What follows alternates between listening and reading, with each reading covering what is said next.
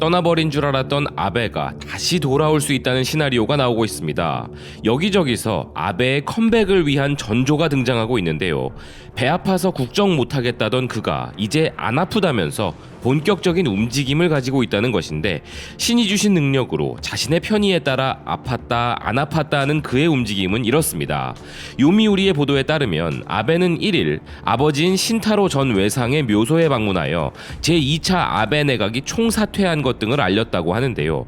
이 자리에 마중 나와 있던 주민들 90여 명과 인사를 나누는 자리에서 자신의 건강을 매우 빠르게 회복하고 있음을 전했다고 합니다. 컨디션 불량으로 인한 사직으로 지역분들에게 많은 걱정을 끼쳤지만 매우 빠르게 회복하고 있고, 수상 재임 중에는 다양한 정책을 실행하여 현민들에게 평가를 받았다고 생각하며 이제 한 명의 의원으로서 정부를 위해 노력하겠다 라고 했다는 아베의 움직임에 일본 대부분의 언론이 이를 중점적으로 다루고 있습니다. NHK는 이 자리에서 아베가 또다시 밝힌 일명 전쟁할 수 있는 국가로의 헌법 개정에 대해서 다루고 있는데요. 아베는 헌법 개정을 둘러싸고 자신의 내각 동안은 개정하지 않겠다던 야당의 변명은 이제 통하지 않는다고 지적하며 논의를 진전시키기 위해 스스로도 노력을 다하겠다는 뜻을 밝혔다는 것입니다. 즉, 배 아프다고 퇴임한 아베의 의도가 무엇인지 조금은 읽히는 부분인 것인데요. 야당이 아베 정권 동안에는 헌법 개정을 하지 않겠다는 이상한 이론을 펼쳤지만 지금은 스가 정권이기 때문에 그 변명도 통하지 않는다고 야당을 압박했다는 것입니다. 다이아몬드 온라인은 아베의 또 한 번의 등판설이 사라지지 않는다면서 그 이유를 구체화하고 있는데요. 아베는 퇴진 표명 직후에 요미우리 신문과 인터뷰를 했는데, 사직한 전 총리가 새 정부가 출범한 직후 바로 미디어에 등장하는 것은 극히 이례적이며, 그 이후에도 니혼 게이자이, 산케이 등의 아베는 연달아 등장했으며, 나카소네 전 총리 장례식장에 등장한 건강한 아베의 모습을 보고 자민당 간부는 아베가 이렇게 건강하다면 또 한 번 수상을 했으면 좋겠다며 분위기를 띄우기도 했다는 것입니다. 현직 총리가 장례위원장을 맡고 있는 자리에서 아베와 아소다로의 위세가 더욱 강하게 보인다는 것을 자민당 내에서도 의식을 한다는 부분일 텐데요. 그의 정치적 움직임이 본격화되고 있는 부분에 대해 일본 언론들의 관심이 지나치게 높다는 점에서 이런 분위기는 더욱 올라가고 있는 것입니다.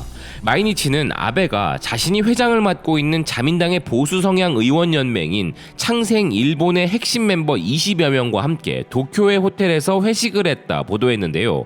창생 일본은 2012년 말 제2차 아베 정권 출범 이후 활동을 사실상 중단하였으나 이날을 계기로 다시 시작하기로 합의했다는 것입니다. 즉, 자민당 내에서의 세력으로 아베파의 귀환을 알린다는 것인데요. 이 창생 일본이라는 조직은 2012년 총리 선거에서 아베가 승리하는데 원동력이 되었던 단체였다는 것이 포인트가 되는 것이죠. 산케이는 다시 한번 이 조직이 움직이는 것에 대해 단체의 간부의 말을 전하고 있는데요. 그는 스가는 국가관을 보여주기 이전에 디지털청 설치 등의 단기적 정책을 내세우는 경향이 있기 때문에 당내에서 국가관을 중시하는 활동이 필요하다라고 하면서 보수의 불씨를 꺼뜨리지 않기 위해서라도 아베와 함께 활동을 재개하고 싶다고 했다는 것입니다. 그리고 이런 아베에 대해서 당내의 다른 보수 그룹들도 연계를 모색하고 있으며, 한 보수 모임의 고위 관계자는 아베는 보수의 정신적 지주이기에 총리 사임 이후에도 본령을 발휘해 주었으면 한다고 기대감을 내비쳤으며, 당내 우파 성향 의원의 중심으로 구성된 일본의 존엄과 국익을 지키는 모임에서도 아베를 초대한 바 있다는 것입니다. 또한 센카쿠 제도의 조사 개발을 추진하는 모임의 대표를 맡고 있는 야마다 히로시 참의원도 기자들과의 인터뷰에서 이 모임에 대한 아베의 참여를 독려하였다는데요. 기사는 아베가 사퇴 후 야스쿠니 신사 참배에 2차례 참배하는 등의 행보를 걷고 있는 가운데 자민당 내 보수의 상징인 전 총리에 대한 보수 세력들 간의 쟁탈전이 격화되고 있다고 분석했습니다. 산케이를 비롯한 우익 보수 언론들이 스가에 대해 생각보다 우호적이지 않고 이미 사임한 아베의 일거수일투족을 계속 보도하는 이 상황 자체가 아베의 컴백 신호를 의심하게 만드는 부분인 것인데요. 실제로 아베는 그동안 가고 싶어 어떻게 참았는지 궁금할 정도로 사퇴하자마자 야스쿠니 야스쿠니로 향하는 힘찬 발걸음을 멈추지 않았죠. 이 부분에 대해 겐다이 비즈니스는 아베의 컴백이 구체적으로 어떻게 이루어질 수 있는지에 대해 보도하고 있습니다. 기사는 자민당 의원의 말로 현재 아베는 의원회관 사무실에 매일 출근하고 저녁 6시경까지 머물고 있다가 귀가하고 있으며 인사하면 친절하게 응해주는 등 컨디션이 좋아 보인다면서 사임 후 약 1개월 만에 정력적으로 활동하고 있다 보도하고 있습니다.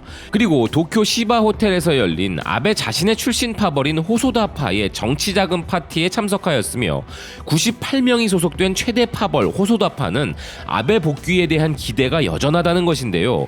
그리고 호소다파의 대부 모리요시 전 총리도 호소다 히로유키 회장의 정치생활 30년을 축하하는 모임에서 호소다 회장에게 아베에게 빨리 돌아오라고 이야기해달라고 말했는데 이것이 아베 복귀의 구체적인 움직임이라고 기사는 설명하고 있습니다. 그리고 이 파벌의 끝에는 총리를 거친 뒤 회장에 취임한다는 깜짝 시나리오가 있다면서 아베의 총리 복귀와는 또 다른 시나리오인 킹메이커로서의 아베의 귀환도 예측하고 있는데요. 현재 호소다파 안에는 도모미 전 방위상, 니시무라 야스토시 경제재생 담당상 등 여러 총리 후보들이 난립해 분열 위기에 있는데 이 상황을 정리해줄 수 있는 사람이 아베라고 호소다파의 한 중진 의원이 밝혔다는 것이죠. 이에 대해 아베는 이 파티에서 2달 전이었다면 내가 결정했을 것이라며 농담조로 너스레를 떨었다는 것인데 이를 두고 기사는 이제 아베가 킹메이커를 목표로 새로운 야심이 불타오르고 있는 것이 아닌가 하는 전망을 내놓은 것입니다. 이 시각 가장 우울할 사람들은 뻔히 이 상황을 다 보고받고 있을 스가와 그를 밀었던 니카이 자민당 간사장일 텐데요. 극우의 기둥인 아베를 중심으로 스가 정권 밀어내기에 나선 것이라는 해석이 가능한 것입니다. 이상하리 많지 극우 우익 언론들은 일제히 스가의 비리와 정책을 공격하고 있는데 집권한 지 얼마 되지도 않은 스가를 상대로 마치 정권 말기에 레임덕 총리한테나 할 법한 총공세를 펼치는 것으로 보아 스가는 마음에 들지 않고 아베를 대신한 인물은 없는 이런 상황에서 아베를 일단 다시 옹립한 다음 차기를 모색하고자 하는 것이 일본 우익들의 전략이라는 분석이 가능한 것이죠. 이는 우리에게도 아주 중요한 부분입니다. 스가는 최소한 이전부터 친한까지는 아니라도 혐한이나 반한을 주도했던 인물은 아니었기에 일말의 기대감이 있었던 것이지만 힘없는 총리의 견해는 중요하지 않기에 의미가 퇴색되는 것이죠. 스가 역시 이런 분위기를 알기에 한일 갈등에서 아베보다 더욱 강경한 모습으로 극우 세력들의 지지를 얻고자 자신의 디지털청 정책과 같은 내치적 부분이 아닌 극우들이 가장 예민해할 법한 외교적 사안에서 아베를 계승하겠다는 논조를 띠고 있는 것인데 기본적인 성향이 극우가 아닌 스가와 니카이 간사장으로는 뭔가 역부족인 것이 아닌가 하는 시각이 더 우세한 것이 일본의 현실인 것 같은데요. 하여 아베의 혐한 전략은 아직도 효력이 남아있고 연장선상에 있을 수밖에 없는 가장 큰 이유가 바로 이런 것입니다. 스가는 여기에 설상가상으로 아베가 두고 떠난 시한폭탄으로 일본 내 여론에서도 가장 강력한 저항에 부딪히고 있습니다. 현재 일본에서 스가는 극우들에게 뿐만 아니라 중도와 진보 성향들에게도 지지를 못 받는 상태인데 일명 학자들에 대한 탄압이라 일컬어지는 학술회의에 6명의 학자를 거부한 사건이 바로 그 부분인데요. 이 부분은 사실 스가가 아니라 아베가 걸어둔 시한폭탄이라고 일본의 비즈니스 저널이 보도하고 있습니다. 실제로 스가가 이들을 배제한 것이 아니라 이전 정권인 아베 정권이 이를 주도했다는 해석을 내놓는 기사인데요. 이 사태가 벌어진 것은 스가 정권이 출범한 지 불과 8일 만인데 그 사이에 4일간 연휴까지 있었기에 실제 스가가 이 시간 동안 105명에 대한 조사나 이런 인선 판단을 할 시간이 없었다는 것입니다. 결국 이런 인사 조치는 아베가 한 것이든지 혹은 그 뜻을 이어받은 사람이 한 것이라 의심이 된다는 것이죠. 결과적으로 새로운 총리가 나왔으니 한일 관계에서도 뭔가 변화가 있을 것이라는 예상은 보기 좋게 빗나갈 가능성이 높은 상황인데요. 스가 정권을 벌써부터 흔들기에 나선 일본의 극우 세력들로 인해 아베로부터 시작된 혐한은 현재 진행형이 될 것이라는 예측이 더욱 우세한 상황이며 아베가 또 한 번의 총리로 혹은 후임 극우 총리의 킹메이커로 언제 어떤 모습으로 돌아와도 이상하지 않은 것이 현재 일본의 상황입니다. 그리고 저희가 수십 개의 일본 언론을 매일 모니터링하면서 하나 확실히 파악한 일본의 특징이 있는데요.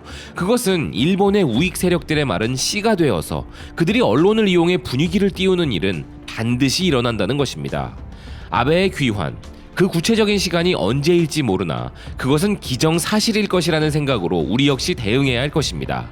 지금까지 대한민국 최우선주의 코리아 퍼스트 바이스톰 코리아였습니다. 시청해주셔서 고맙습니다.